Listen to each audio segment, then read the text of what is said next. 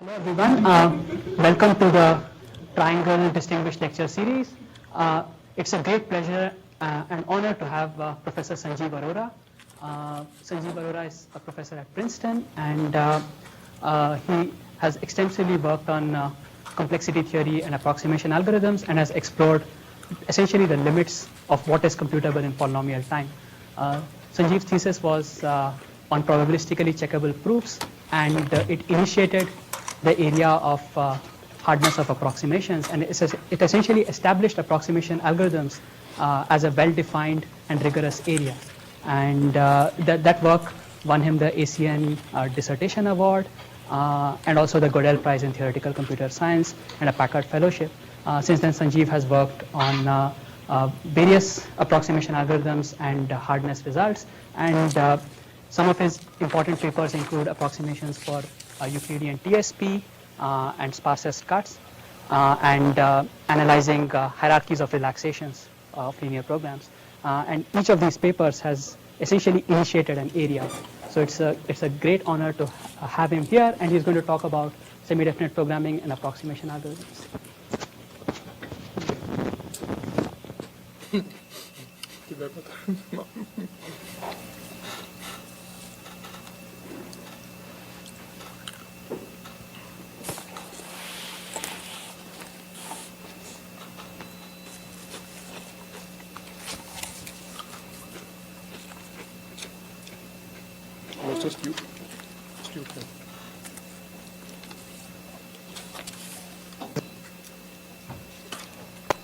Approximation algorithms, and it's a survey that doesn't assume prior knowledge. And this logo is for the Center for Computational Intractability, which is a new NSF-funded center that was started in the Princeton, New York area. And I encourage you to visit our website to see what opportunities are available. Okay, so since I realize this is a fairly diverse audience, I'll start by reminding you of the phenomenon of NP-completeness. The fact that thousands of problems that we are interested in are NP-complete, and which raises a natural question for the practical researcher. Well, it's very nice and good that these problems are NP-complete, but what's the fuss? I'm perfectly content with approximately optimal solutions, right? Say within cost 10% of the optimum. And this kind of algorithms are called approximation algorithms. And the good news is that these are possible for a few problems. And we'll see some examples in this talk.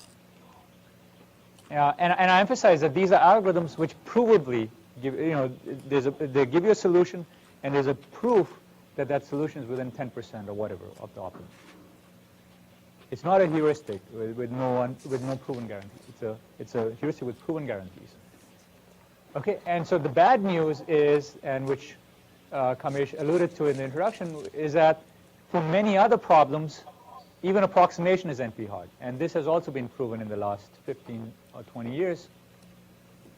And this is a whole area in computational complexity called probabilistic checkable proofs. And that I won't talk about today. Okay? But that does form the background for what I'm going to talk about. Okay, so in this talk, I'll talk about semi-definite programs and approximation. And I'll define what is approximation and give you an example. Then I'll describe what is semi-definite programming and show how it's used in approximation.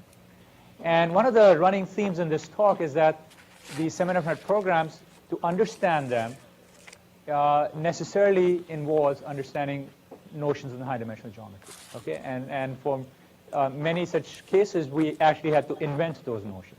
Okay, those didn't exist in mathematics. So that'll be another running theme. Then I'll talk about faster algorithms. So semi-definite programming can be solved. There are packages out there, and it's a polynomial time algorithm. But that's not fast enough. Okay, so it turns out you can come up in many instances with combinatorial algorithms, which are not using those packages. It's something new, and it's problem specific. And those algorithms run very, very fast. Then I'll also briefly survey what we know about the limitations of these approaches. Okay, what kinds of approximations can they not come up with. Okay, so I'll survey what we know about that. And there'll be some other connections to other topics that I'll briefly mention, like the connections to metric spaces, the theory of metric spaces, average case complexity, unique games conjecture, etc. Okay, and I'll finish with the open problems. Okay, so start by defining approximation. So I'll describe it using a problem that at least the computer scientists are very familiar with, which is that you're given a Boolean formula in 3CNF form. Okay, so oops, I should have an example here. So it's a Boolean formula in logical formula, ANDs of ORs. Sorry, ANDs of ORs, where each OR is of size 3. Okay, that's a 3CNF formula, and those ORs of size 3 are called clauses. And you're looking for an assignment to the variables which satisfies all the clauses. That's 3SAT, and that's NP-complete. And max 3SAT is a maximization problem, where you're just trying to find an assignment that maximizes the number of satisfied clauses. Okay, so that's also NP-complete, if you want to actually maximize it optimally. Okay, and an alpha approximation is one that for every formula produces in polynomial time an assignment that satisfies at least opt over alpha clauses. Okay, so alpha is at least 1. So if alpha is like 1.1, it's within 10% of optimal. So good news is, so remember in the previous slide, there was good news and bad news. So in this case, the good news is, and this is the result of Carl Loken's week, that there's an 8/7 approximation, which runs in polynomial time. And this approximation algorithm actually uses semidefinite programming. The bad news is that Hofstadter, on the same time, actually a little bit before that, showed that if p is not equal to np, then for every epsilon, you cannot compute an 8/7 minus epsilon approximation in polynomial time. Okay, so that kind of approximation is NP hard. So 8/7 is possible, and just slightly better than 8/7 is NP hard. So this is what's called a threshold result. We've completely understood the approximability of this problem. Up to a certain point, it's polynomial time, then it jumps to NP hard. So similar results are known for other problems, and that's the background for this talk. Okay, that's why approximation algorithms has been so active in the last 15 years or so. So we'll be talking mostly about the good news here. Okay, but the good news for me, at least as a researcher, is that the status of many basic problems is still unresolved. Okay, so there's a lot to do here. Things like vertex cover, sparsest cut, and most graph partitioning problems, graph coloring, random instances. There's a whole area of average case complexity, which is very much open. And my feeling is that there are interesting algorithms that remain undiscovered, excuse me, and semidefinite programming may prove very crucial in this. So what is semidefinite programming? I'm sure all of you have seen linear programming, and semidefinite programming is a generalization of that. And the idea is that in linear programming, you have variables, right, which are real numbers. So like a typical instance, you might be solving some graph problem, and you associate a variable with each vertex. In semidefinite programming, you associate a vector. Okay, so your variables are vector variables, okay, in high dimensions. Okay, so that's and the linear constraints are on the inner products of these vectors, as we'll see in a few minutes. Okay, so that's semidefinite programming. And linear programming is a special case, turns out, because scalars are, of course, a special case of vectors. Okay, so I'll describe this approach now using an example. Okay, and right now I'm just using linear programming. Okay, not semidefinite programming. So here's a two approximation algorithm for the minimum vertex cover problem using linear programming. Okay, so vertex cover problem is the following: you are given a graph, and you're trying to find a set of vertices that touches every edge. Okay, so every edge must have one endpoint in this set. And you're trying to find the smallest such set, minimum vertex cover. Okay, so here's an equivalent mathematical formulation. Okay, there's nothing very deep. Okay, I'm just reformulating it. So I can formulate it as an integer program. Okay, where I have a variable, an integer variable, which is 0, 1. So each of these variables is 0, 1. And I have the constraints. So each of these variables is 0, 1, and I have the 1 for each vertex. So 0 means it's not in the set, in the vertex cover. 1 means it's in the vertex cover. And the constraint is that for every edge, the sum of the two variables involved in the edge must be at least 1, right? At least one of them must be in the vertex cover. So those are the constraints. And I'm trying to minimize the size of the set, which is just the sum of the variables. Okay, the sum of number of variables that are 1. Okay, so that's just an equivalent formulation. I've just written in math notation, right? What I just said. So now, to get a linear program out of this, you have to relax this. So this is NP hard to solve, okay? So we don't know how to solve this.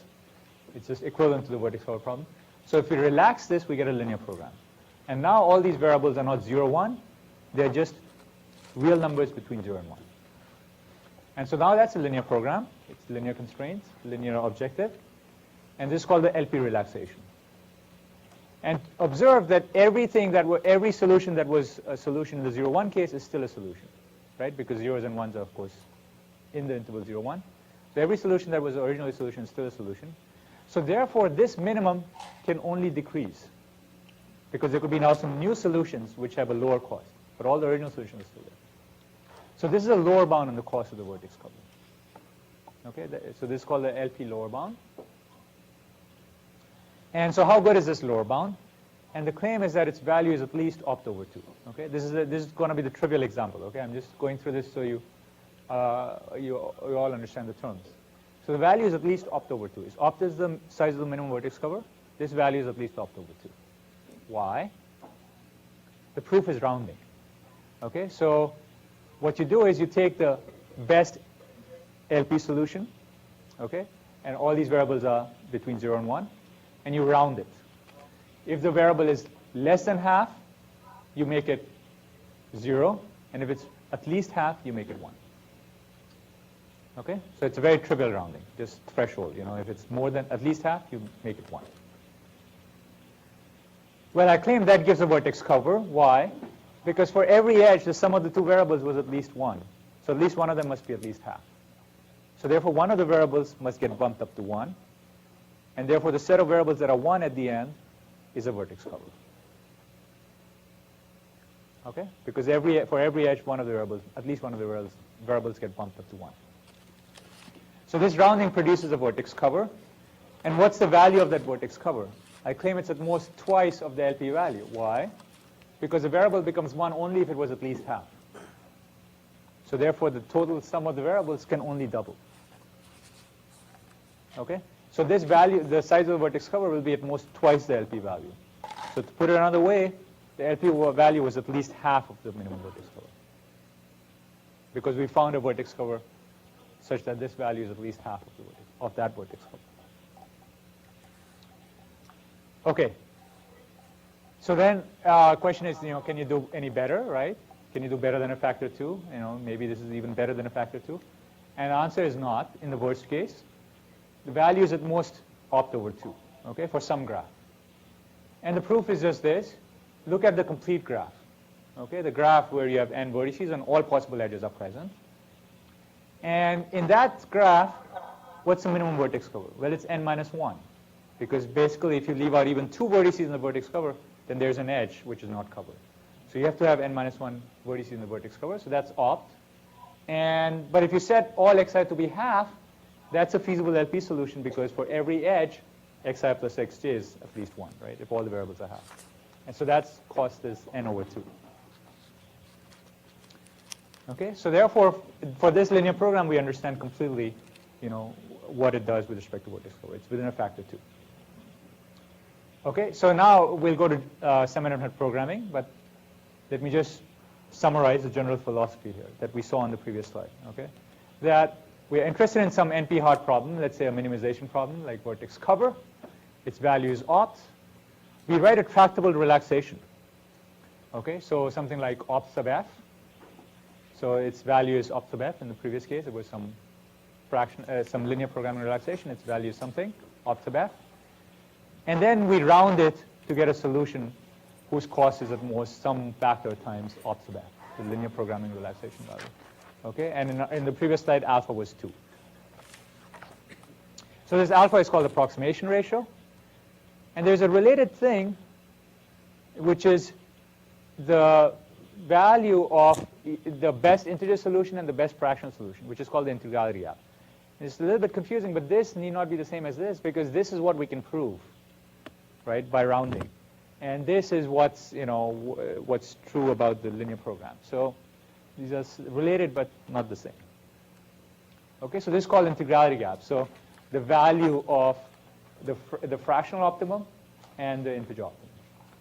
Okay, the ratio of those. Okay, and in the previous slide, the two were the same. Okay, so now we go to semidefinite programming. And the main idea of semidefinite programming compared to linear programming is that it's trying to simulate nonlinear programming, okay, in some linear way. So what do I mean by that? Here's a nonlinear program for vertex cover. Okay, again, this is a trivial one. There's nothing deep here. Okay, so the nonlinear program is this. So remember in the previous slide, we wanted, if we want to capture vertex cover, all the variables are 0, 1. Well, if I'm allowed nonlinear constraints, I just throw in the constraint xi squared equals xi. Okay, so therefore all xi's must be 0, 1. Okay, so if you throw in nonlinear constraints, you can throw in that constraint. And now for every edge, you just say that 1 minus xi times 1 minus xj is equal to 0. So that enforces the constraint that for every edge, one of the vertices is 1. One of the vertices gets a 1. Okay, and you're minimizing the sum. So that's a nonlinear program. I haven't done anything deep there. Now let's go to semidefinite programming. So the first step is to homogenize it. Okay, this is just for notational ease. So by homogenize, I mean, okay, in this nonlinear program, there are terms which are constant, which are linear, and which are quadratic.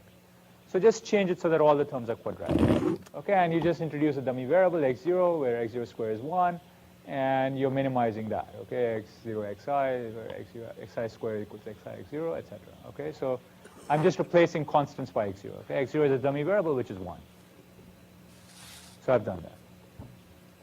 Now I have a homogeneous quadratic linear program, a quadratic program. And now here's where SDP comes in. So this quadratic program has terms, quadratic terms, right? xi, xj. So I'm going to introduce a new variable yij, which is intended to stand for xi times xj. Okay, so I introduce a new variable. And now this quadratic program becomes a linear program in these new variables. Okay, this is called lifting. Okay, you represent products of variables by a new variable. And now you have a linear program. Okay, so now I have a linear program. Okay, if you just open it all out, it's a linear program in the yij's. Okay, this is still linear programming. And now, now I throw in the following constraint: y is positive semidefinite. Why can I? So let me remind you what positive semidefinite is. So matrix is positive semidefinite if and only if there are vectors, so v0 through vn, such that yij, the ijth entry of the matrix, is the inner product of the ith vector and the jth vector. So that's the definition of positive semidefinite. And we can throw in this constraint because this matrix, what y is trying to represent, is positive semidefinite. It's a rank 1 positive semidefinite matrix. Okay, so we can just throw in this constraint, and all the solutions that we have in mind, the 0, 1 solutions, are still solutions here. Okay, so it's okay to throw in this constraint. And this is called the semidefinite programming relaxation. And this can be solved in polynomial time. Okay, it's convex and it's well behaved. Okay, and when you solve this program, you get y, which is a positive semidefinite matrix, and then you can do a simple Koleski decomposition to get the vectors. Okay, so therefore, this is a vector program. Okay, so now, the question is, how do you understand these vector programs? And the answer is always that there is some interesting geometric analysis that's going on. Okay, and that's, as I said, one of the points of this talk, that understanding semidefinite programs involves understanding phenomena in high-dimensional geometry. So let me illustrate it with the vector cover semidefinite program, so which I've reproduced here. If you didn't follow exactly the vector cover SDP, it's not important for this slide. Okay, so the following is known, that this vector cover semidefinite program computes a C approximation for C less than 2. So remember that there was a 2 approximation using linear programs. and we're interested in getting a better than 2 approximation. So we know, so the question is whether this vertex square SDP computes a better than 2 approximation. And what's known is that it computes a better than 2 approximation if and only if the following is true. Okay, it's some geometric statement. So consider the following family of graphs. It's a geometric family. It's defined by vectors in n-dimensional space. So you have n unit vectors in n-dimensional space. And so those are the vertices. There are some n unit vectors. And edges correspond to almost antipodal pairs. Okay? So those are the edges. And so Gomans and Kleinberg showed that computes a better than factor 2 approximation if and only if every graph in this family has an independent set of size omega n. Okay? So that statement about, which is about semidefinite programs, proving that would necessarily involve proving this statement about some geometric graph. Okay, the independent set of some geometric graph. It's actually a family of graphs. Unfortunately, Gomans and Kleinberg then looked in the literature and discovered that Frankel and Rödl had shown that this statement is false. Okay, so therefore this semidefinite program actually does not compute a better than factor 2 approximation. Okay, but there are stronger SDPs out there for which we don't know that. Okay, so there are semidefinite programs out there which are more strong, and I'll describe later what that means, for which we don't know this. Okay, so now a survey of semidefinite programming, and what I want to say is that there are two, broadly speaking, two generations of It seems kind of tempting to use a covering argument to prove actually that there's an independent set. Something must go wrong. Can you say what goes wrong with that? I think the covering arguments in high dimensions are really not going to work, because of do you remember all the hullabaloo about the Borsuk conjecture? You remember that? It's very related to that, So in high dimensions, what in low dimensions things like looks like should be linear is actually exponential in high dimensions. It's very related to the Borsuk conjecture. Question from NC State. Can you hear me? Is that what you say? I have a question from NC State. I don't even see, I mean, it's not just difficult, it's going to be hugely wrong, right? That's what we learned from the Borsuk conjecture when it was disproved.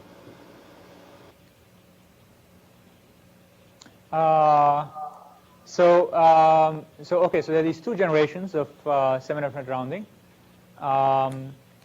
And the first generation was introduced by Gomans-Williamson in a very memorable paper in the early 90s. And it's a very simple edge-by-edge analysis, and we'll see that in the next slide.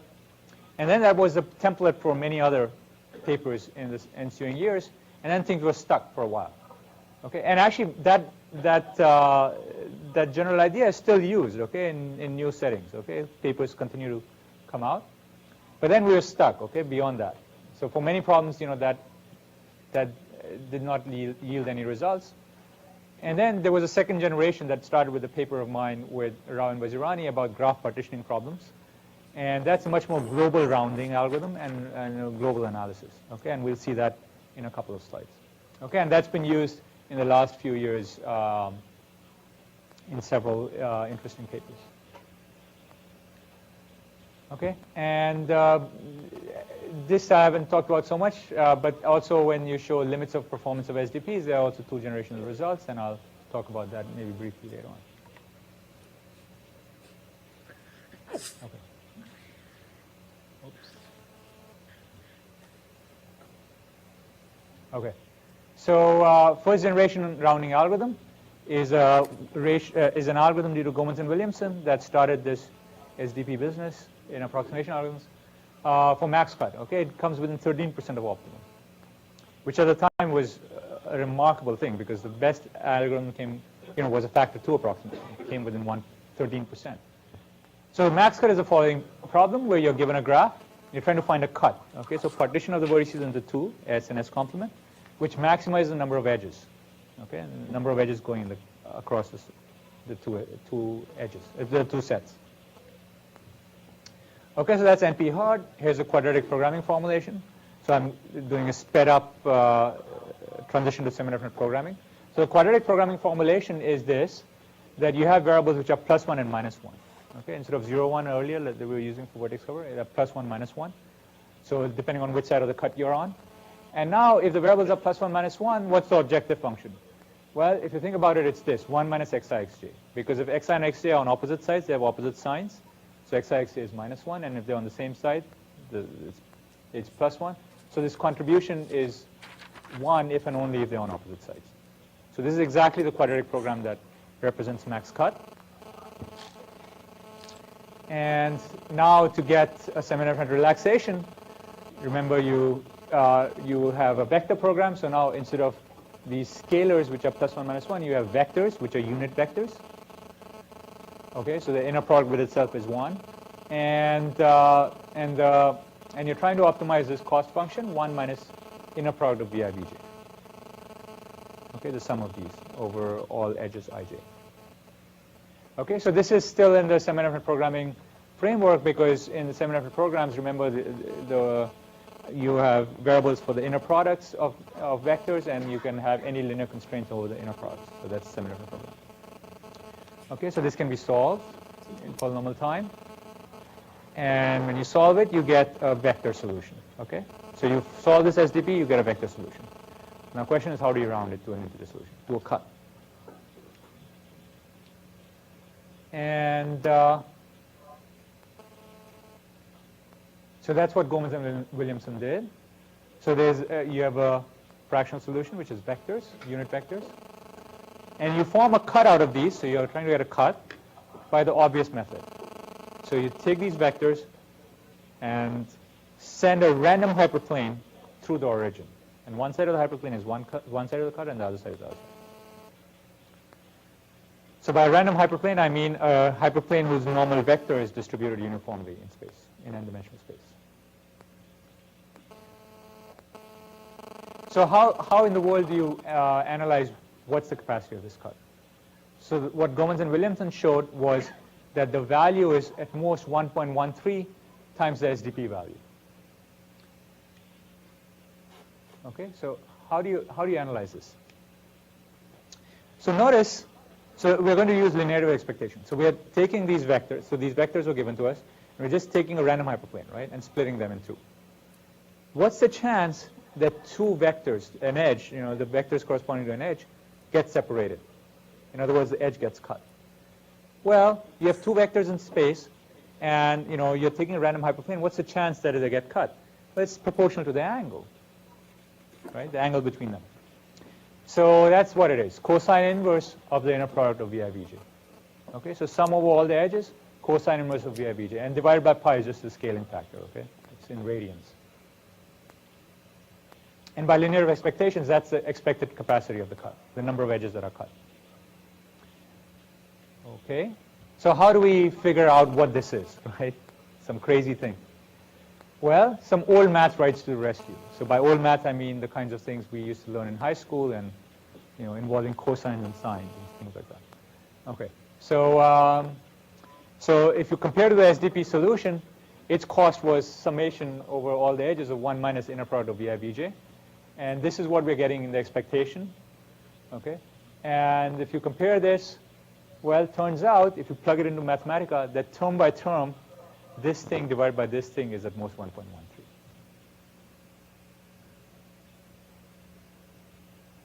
Okay, so what for this fact that maximum over theta in 0 to pi, 1 minus cos theta divided by 2 theta is this 1.13. Okay, yeah. Essential for you to get this close? No, it's been de-randomized. Like many other algorithms in computer science, yeah. You can de-randomize the algorithm.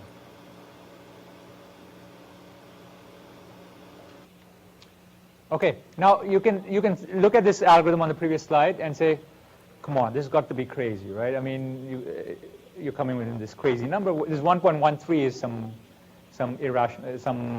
transcendental number, and you're using this vector programs, you say, come on, this is not the right algorithm, right? That's what you would suspect, and that's what people suspected when we first saw this. Okay, so here's what's known about it, and it's very surprising, actually. So there's evidence now that this is actually the best algorithm out there. Okay, so the first fact is that no rounding algorithm can produce a better solution of this SDP. So this simple rounding, take a random hyperplane seems so trivial, but turns out no other rounding algorithm can squeeze anything better out of this semidefinite program. And this was shown by Feiger and Sheckman. And the graph that shows this is a very geometric graph. You have points, unit vectors on the sphere, and you connect unit vectors that correspond to an angle of 138 degrees. That's some transcendental number again. Okay, it's this number theta. Okay, and that's the graph.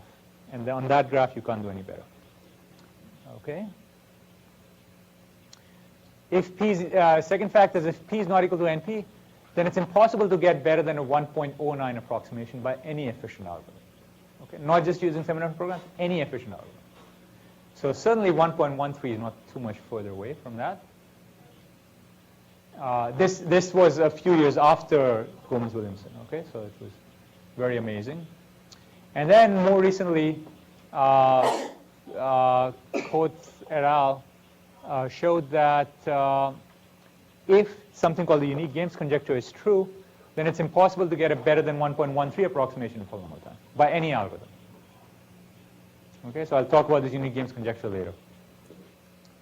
So this crazy algorithm with this mathematical proof is the best, okay, if the unique games conjecture is true.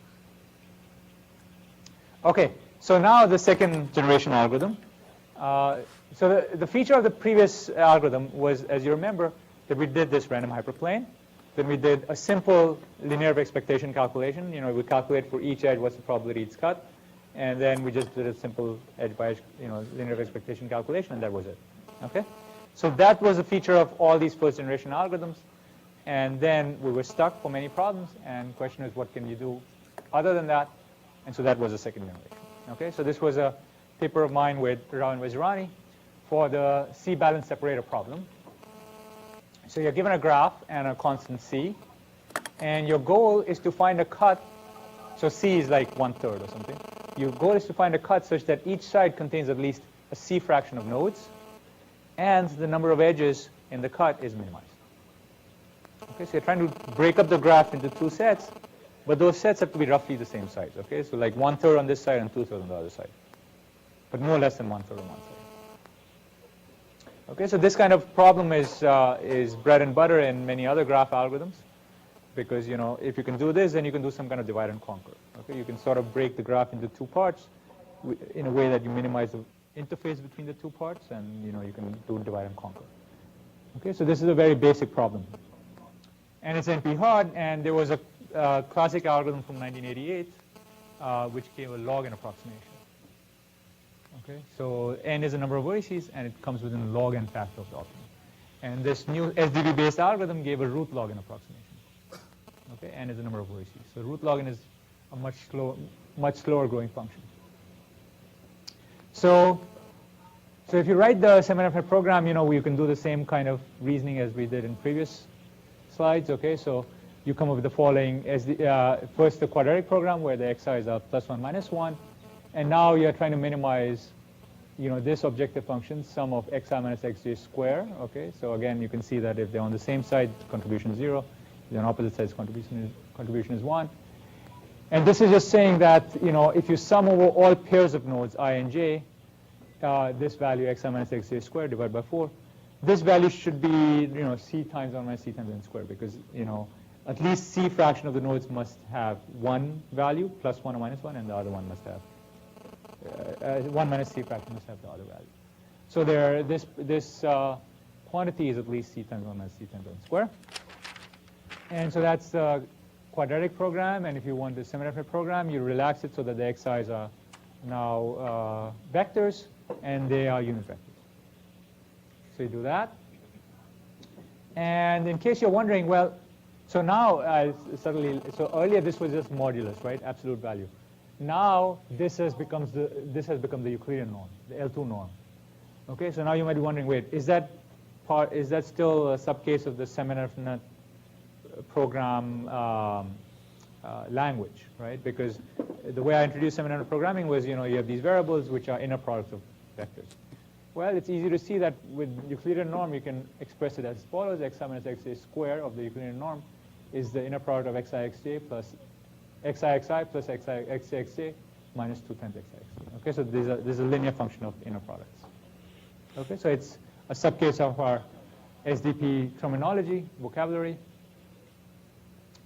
And so this SDP turns out is no good. Okay, this was known even for the simple graph, the n cycle, the cycle of n vertices. This SDP is terrible. It doesn't come anywhere close to optimum. And it's actually related to the eigenvalue approaches. If you've seen ever spectral approaches, eigenvalue approaches for partitioning graphs, this is a subcase. This is almost the same as that. And in the worst case, this is no good. Okay, so it was suggested soon after the Gomez-Williamson paper that we should look at a stronger SDP where you have triangle inequalities. Okay, so this is a new inequality that's satisfied by the +1 minus 1 solution, and it's the following: that if you take the square of the Euclidean norms of these xi minus xj and add it to xa minus xk square, then that's at least the distance from I to that's at least the square of xi minus xk. Okay, so in other words, geometrically, this square plus this square is at least this square. Okay, the sum of the two sides is squared of the sum of this side square plus this side square is bigger than this side. So that's just saying that the angle subtended by the line joining two of them on the third is non-obtuse, right? Because if we had equality here, that would say it's 90 degrees, okay, by Pythagoras theorem.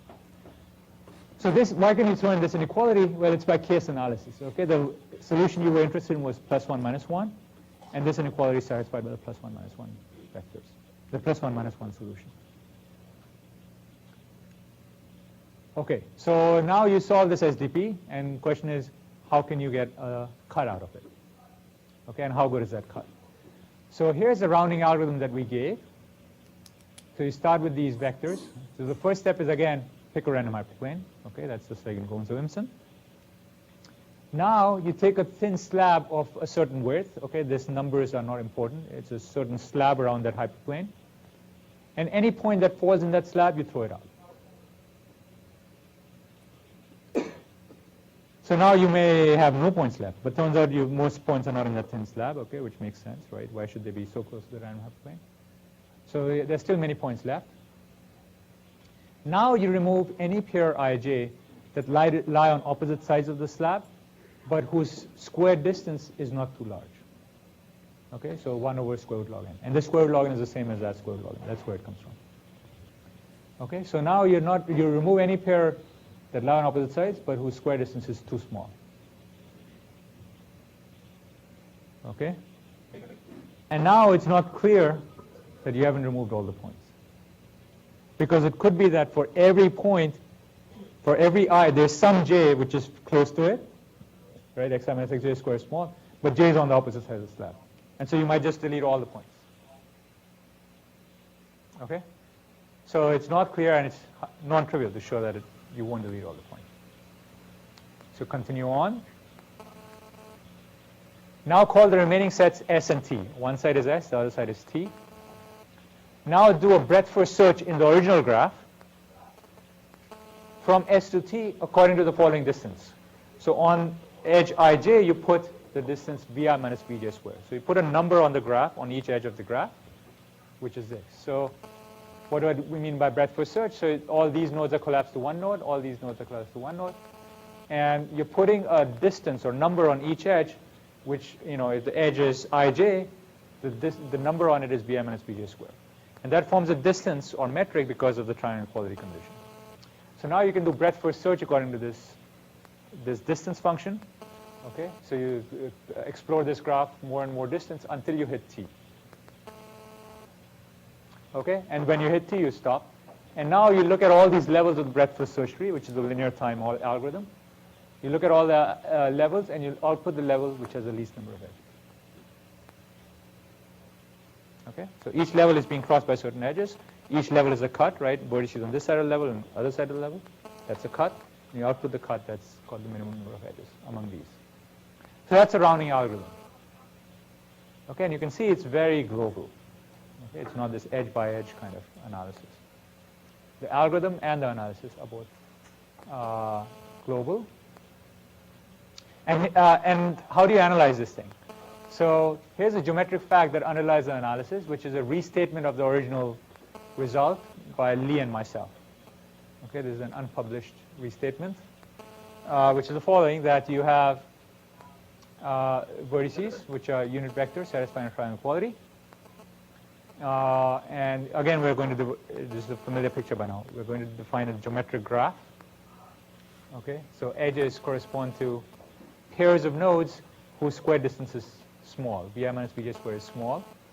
Delta, okay, and we'll see what delta is, some parameter which is defining the graph. So those are the edges.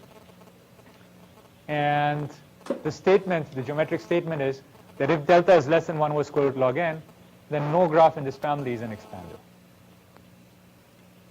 Okay, so expander means that is a family of graphs, well-known family of graphs, Darien graph theory, which is a graph in which for every set S, the set of neighbors of S, vertices that have an edge to a node in S, has size, a constant factor times the size of S.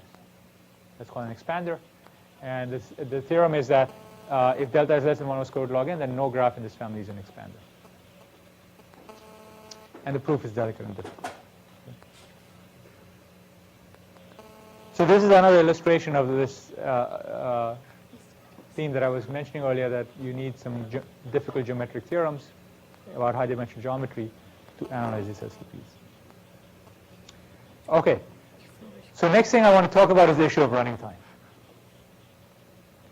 So solving semidefinite programs with M constraints takes some large polynomial time. And you might think, okay, M is something like n cubed in these semidefinite programs because of triangle quality constraint. Okay, for every triple of vertices, you add this constraint. So that's pretty large. Okay, so so it turns out that you can often reduce running time to something like n squared or n cubed for many of these problems. Okay, and this is from papers of mine with my students Hazan and Kale. So the main idea is something like a primal dual schema. Okay, it's a very combinatorial algorithm. And the idea is that you don't solve the semidefinite program completely. You solve it to approximate optimality. And how do you solve it to approximate optimality? You do it in some special way using insights from the rounding algorithm. Okay, so like solving the SDP for this separator problem that I talked about would use that rounding algorithm. Okay, so you at every step you have some vectors, and to improve, they're not optimal. So to improve the vectors, you run the rounding algorithm on the vectors. What I'd said, you know, the slab and throwing out vertices and so on, breadth first search. You do that algorithm, you run the rounding algorithm on it, and then, you know, the rounding algorithm fails. And then that gives you some feedback into how to improve vectors. Okay? So, so this algorithm uses something which I call the multiplicative weight update rule, which I really want to say a few words about. Okay, because I think this is a algorithm that should be known to more people. Okay, this is a classical algorithm that was discovered in the 50s, and it's been rediscovered in at least half a dozen fields. Okay, and people don't realize it's been around. And so I wanted to just mention what this is. Okay, and I have a survey with my students about this, which is available from my webpage. And I recommend that, you know, all algorithm students should be taught this simple algorithm. Okay, so it's this following setting. Okay, so this has got nothing to do with semidefinite programs yet. Okay, so it's about predicting markets. Okay, which most people in the last year have been unable to do. So the markets, you know, every day goes up or down. If you predict it correctly, you win $1. Otherwise, you don't get anything. And there are n experts on TV. Okay, so when you predict which way the markets are going to go, you can use the experts' advice. Now, the experts may or may not know what they're doing. So all you require is that at the end, your performance should be as good as that of the best expert, in hindsight. Now, you don't know ahead of time who the best expert is. Okay, and the theorem, we can do this. And going back to Hanan, the answer is yes. Okay, although it's been rediscovered in machine learning. So it's called the weighted majority algorithm. Okay, it's in machine learning by Littlestone and Wormuth, and this is a big area in machine learning by itself. Okay, this basic idea. Okay, so the idea is the following. So you give a weight to every expert. Okay, at every step. So initially all the weights are the same. You don't know which expert is any good. You give them weights, and your algorithm is the following. At every day you look at what the experts are saying, okay, and see what's the total weight of experts that are saying the market's going to go up, what's the total weight of experts who are saying the market's going to go down, and you go with a weighted majority, okay, with the majority. Okay, so that's it. And how do you update the weights? If at a certain step an expert's prediction was incorrect, you bump down its weight by a factor 1 minus epsilon. That's it. Okay, and the claim, I forgot to say this. What you have to do actually is run a randomized algorithm. So you don't just predict according to the weighted majority. That was the original weighted majority algorithm. But actually do a randomized version of that. So you look at, like if say 3/4 of the experts are saying market's going up and 1/4 saying it's going down, you toss a coin with bias 3/4, okay, and go with that. Okay, so that's a randomized version of the weighted majority, and the claim is that the expected payoff of that algorithm is at the end, if you look after many days, is 1 minus epsilon times the payoff of the best expert minus autolog n over epsilon. Okay, so there's this additive error, but otherwise it's near optimal. Okay, and as I said, similar algorithms have been discovered in a variety of areas, including cryptography, decision theory, learning theory, convex programming, etc. And there's a survey that we have out there. Okay, and as I said, I think digital algorithms should be taught to undergrads. Okay, the proof is very easy to do. It's like a paragraph. Okay, so what does this have to do with semidefinite programs? So it was known that this kind of algorithms can be used to solve convex programs. Okay, and you can try to use it for SDP, but that's not good enough. And what we did was we came up with a different algorithm, which is inspired by this algorithm, but in the matrix setting. So what this does is, I'm not describing the full setting, but the idea is that there's a primal player, which is maintaining a matrix, a positive semidefinite matrix, and which is a candidate primal. And at every step, there's a dual player who looks at this matrix, and as I said, runs the rounding algorithm on this. Okay, so there are these vectors generated by the matrix, runs the rounding algorithm, gets a primal integer candidate, and point out how pitiful it is. Okay, so that's some kind of feedback to your algorithm, and the primal player, that's in the form of a matrix, and the primal player computes the next matrix as a matrix exponential. Okay, and I don't expect you to see why this is connected at all, but turns out this is just the matrix analog of the algorithm I talked about on the previous slide. Okay, where there's a formal connection between matrices and real numbers, positive real numbers, positive semidefinite matrices and positive real numbers, and there's even a inequality about the traces of positive semidefinite matrices and the exponentials which is used here. Okay, so the analysis is exactly analogous, but it uses matrices instead of numbers. And there are many other invariants, flow computations, eigenvalues, dimension reduction tricks, etc. Okay, and it's been simplified by Khandekar, Rao, and Bajwani. Okay, so now I want to quickly survey a couple of other areas which are related to semidefinite programming. So one is connection between analysis of semidefinite programs and geometric embedding of metric spaces. So, so the geometric embedding question is the following. So you have a metric space, so a set of points and a distance function on the points which satisfies triangle quality. That's a metric space. And there are some crazy metric spaces out there. If you work with distances, all kinds of crazy distance functions can be defined. And the question in this area is, how well can you realize a metric space using some simple geometric space, like Euclidean space? Okay, so an embedding of a metric space into this is a function mapping points to points. Okay, so every point in the metric space gets a point in the geometric space, and what you're interested in is the distortion of this embedding. So you look at the distances in the original metric space, dxy, and the distance in the geometric space, and see what's the distortion involved. So we say its distortion is c if this distance in the new space is sandwiched between the original distance and c times the original distance. Okay?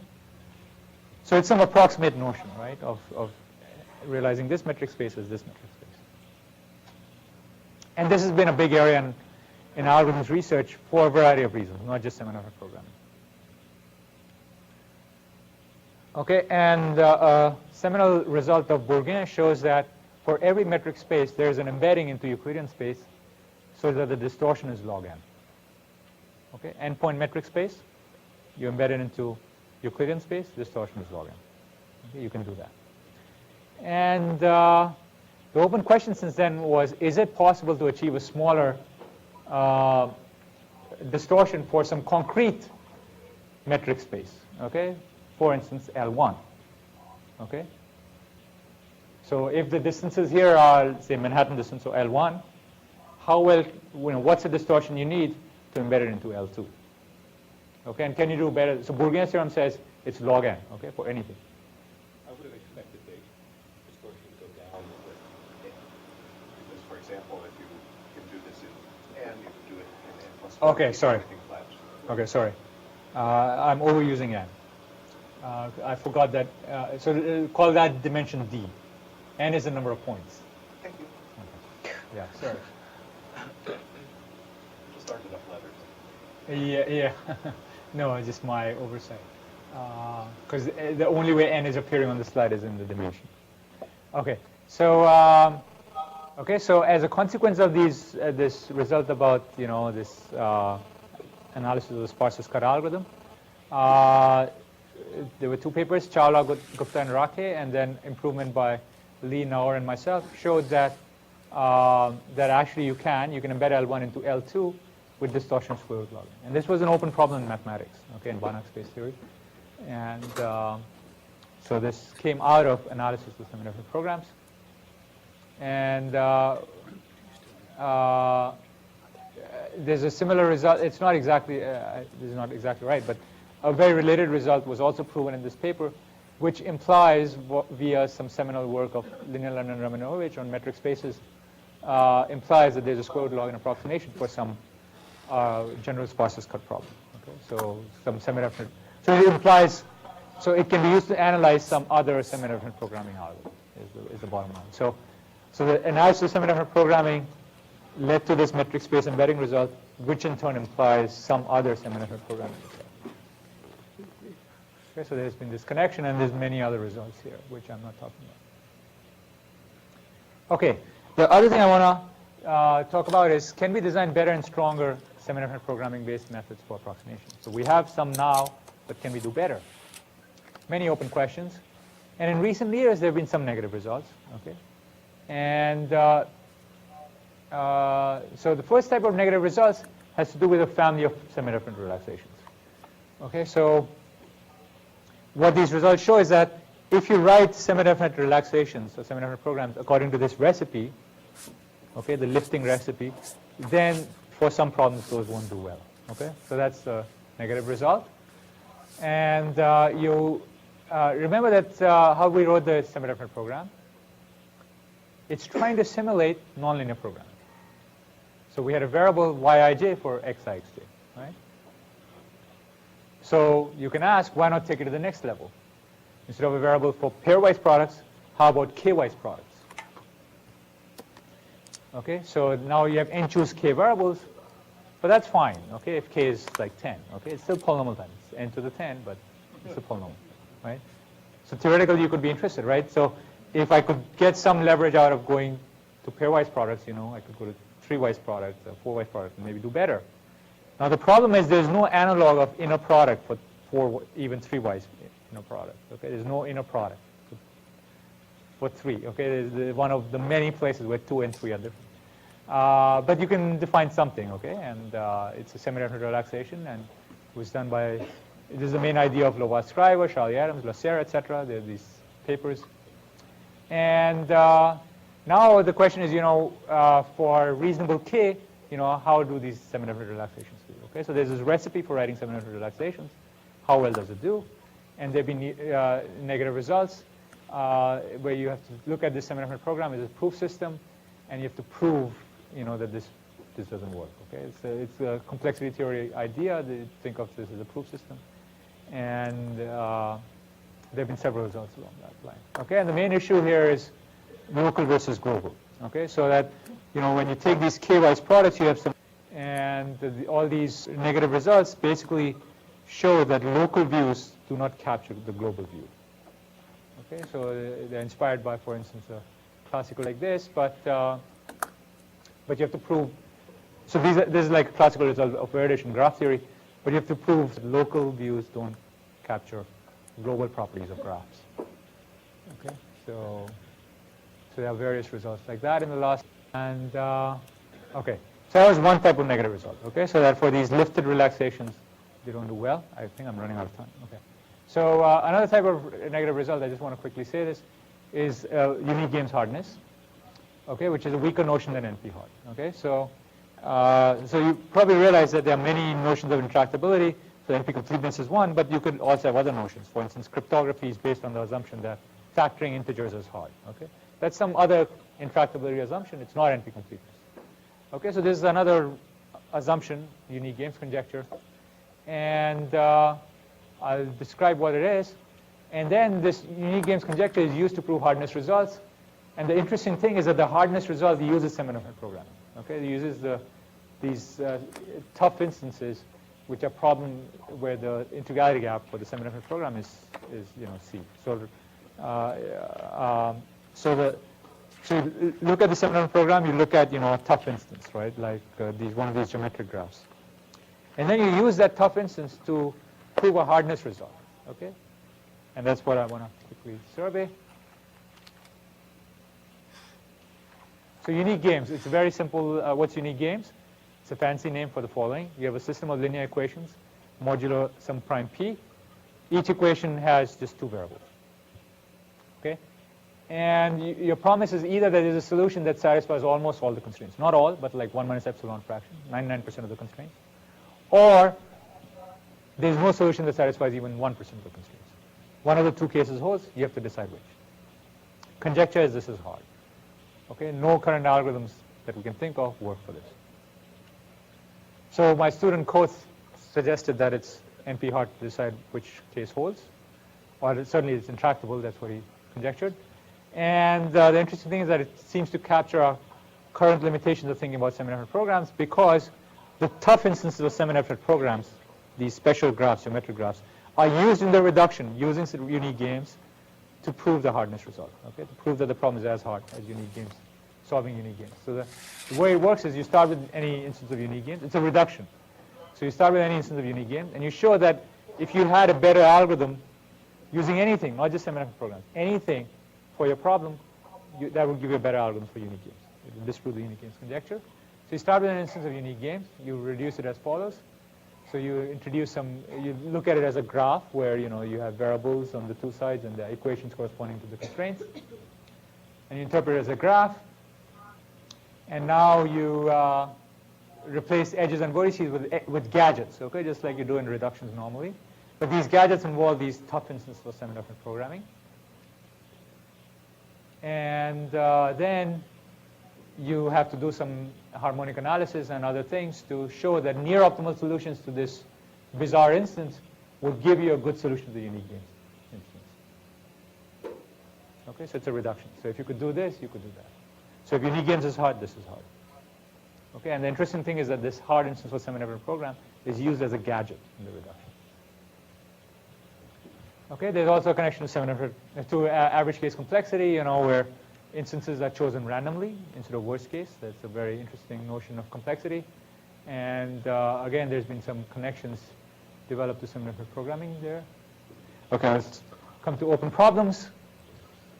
It would be very nice to continue to develop techniques for proving lower bounds on these lifted SDPs. For some problems, they are known now. But for others, they're open, and these seem to involve proving some interesting local global results. Okay, that local views don't capture the global property. It would be very nice to have a third generation of rounding algorithms. Okay, because we are stuck on many problems. So is there a third generation after the first and second? It would be very nice to clarify the connection to average case complexity, what I didn't talk about too much. But I think that's something to consider now. Now that we know that many approximation things are hard, what about average case complexity? So that would be very nice. Resolve the unique games conjecture. And an interesting development here was this paper of mine with several co-authors, which was where we disprove the unique games conjecture when the constrained graph is an expander.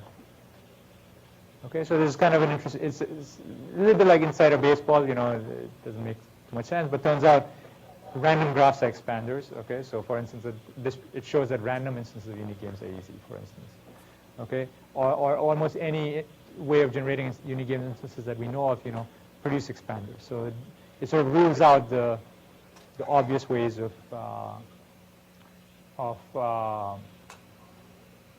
generating hard instances of unique games. So this was a joint result with Kohler, Koth, Steurer, Tulsiani, and Bishnoi. And finally, this I didn't talk about in this talk at all, but turns out semidefinite programs, just like linear programs, because it's a powerful use of convexity, can be used as a way to prove theorems about graphs and so on. And there are some examples of this, so which I didn't talk about. And it would be very nice to use it as a proof technique to apply to open problems of complexity, communication complexity, etc.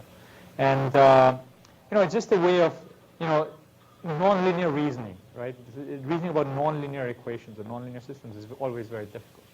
And semidefinite program is some way to linearize it, okay?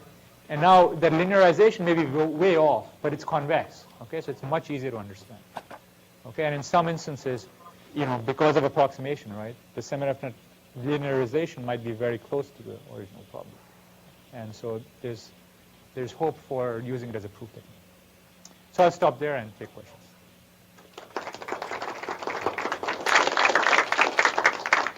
So first, if there are questions from the remote sites.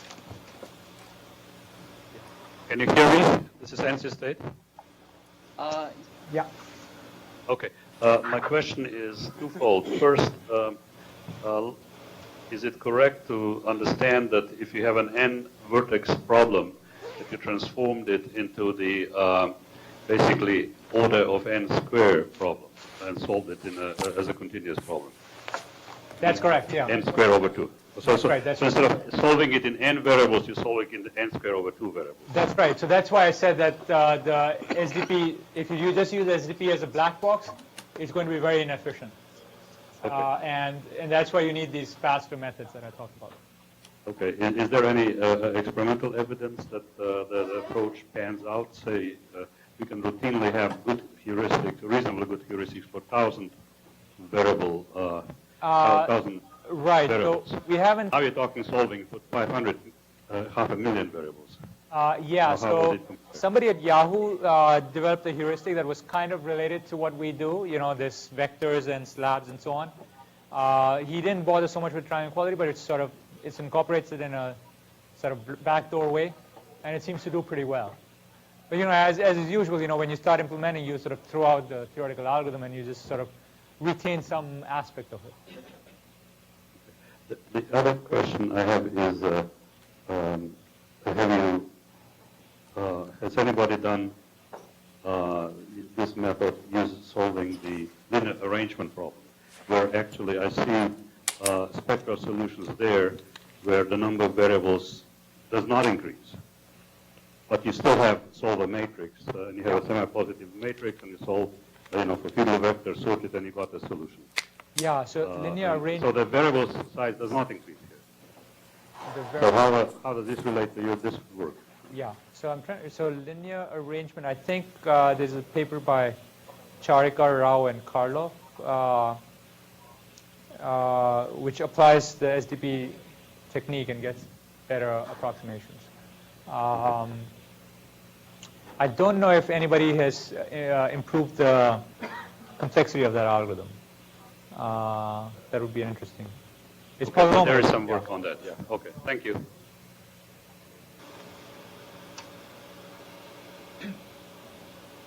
Questions, sir?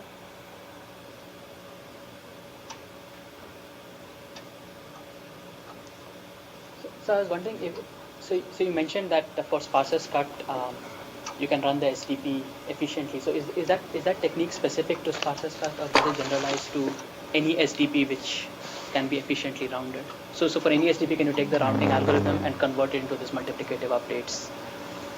No. So our technique is a universal technique. It's a complete technique for solving semidefinite programs, but it's efficient only under certain circumstances. And it seems fairly, it's not clear that, if tomorrow you were to find some other rounding algorithm, that could be converted into an algorithm, a fast algorithm to solve the SDP.